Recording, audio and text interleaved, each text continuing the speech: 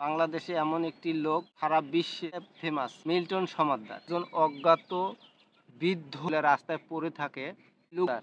উনি এই লোকটাকে নিয়ে পরিচর্যা করে সুস্থ করে তারপরে স্বাভাবিক জীবনে তাদেরকে ফিরিয়ে আনে। সে মানবিক লোকের অভাব নাই। চোখের সামনে যখন পড়ে তারা আসলে এক বোতল পানি দিয়েও সাহায্য করে না বা কাছেও যায় না। আর এই যে মিল্টন সমাদ্দার, উনি যে মানবিক কাজগুলো করে, এই মানবিক কাজগুলো এবং মানবিক সহায়তাগুলো পায়, এটা দিয়ে এই অজ্ঞাত লোকগুলোর ভরণ পোষণ। মিল্টন সমাদ্দার উনি একটা হিসাব দিয়েছে, 7 কোটি টাকার সম্পদ চাইল্ড অ্যান্ড ওল্ড কেয়ারের নিজস্ব সম্পত্তি।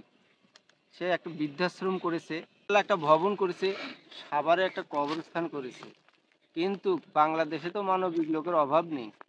তারা তো এই ধরনের উদ্যোগ নিতে পারে না। তারা কি করতে পারে? একজন অন্ধ ফকির, একজন অঙ্গহানী লোক রাস্তায় দেখলে তারা 10 টাকার নোট নাক ধরে দিয়ে যায়। কিন্তু এই যে মিল্টন সমাজের কিছু লোক নিয়োগ করে বেতন দিয়ে তাদেরকে পরিচর্যা করে। আর কিছু সোশ্যাল মিডিয়া আছে, তারা লেগেই পড়ছে মিল্টন সমাদ্দারের পিছে। কেন ভাই? মিল্টন সমাদ্দারের একটা ইনকাম সোর্স না।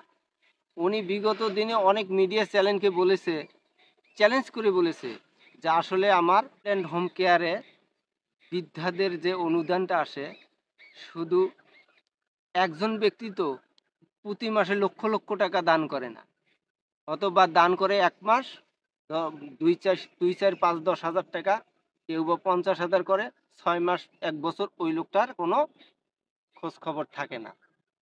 আসলে কথাটা বাস্তব। কেউ যদি 10 টাকা দান করে না, পরের দিন আর সে 10 টাকা দান করতে চাবে না, কারণ তার হিসাবের খাতা মিল রাখা লাগবে। মিল্টন সমাদ্দারের তো একটা ইনকাম সোর্স না। উনি বলেছে মেডিকেল নার্স যেগুলো আছে, বড় বড় কোটিপতি যারা আছে, তারা মা বাবার সেবা করার জন্য নার্স নিয়োগ দেয়। এই নার্সগুলোকে সাপ্লাই দেয় মিল্টন সমাদ্দার। আর একটা ইনকাম সোর্স আছে সোশ্যাল মিডিয়া তার, মিল্টন সমাদ্দার ফেসবুক পেজ আছে, মিল্টন সমাদ্দার ইউটিউব চ্যানেল আছে। ওনার কয়েকটা ইউটিউব চ্যানেল এবং কয়েকটা ফেসবুক পেজ। আচ্ছা, যারা এই ভিউ কামার জন্য বা সাবস্ক্রাইবার ফলোয়ার বাড়ার জন্য এই মিল্টন সমাদ্দারকে নিয়ে নানাভাবে গুজব ছড়িয়ে রটিয়ে যারা ভিডিও বানাইতেছেন, তথ্য বের করুন। বাংলাদেশের আইন আছে, প্রশাসন আছে, তারা তথ্যগুলা উদ্ঘাটন করুক, তারপরে আপনারা প্রচারণা চালান। আজকে প্রতিটা নিউজ চ্যানেলে একই টাইটেল, একই থাম্বনেল লিখতেছেন, প্রতিবন্ধীদের অজ্ঞাত লোকের কিডনি বিক্রি করে, বিদেশে পাচার করে। কিডনি ট্রান্সফার করতে গেলে ভালো অভিজ্ঞ মেডিকেল যারা ডিগ্রিধারী ডাক্তার তাদের প্রয়োজন আছে।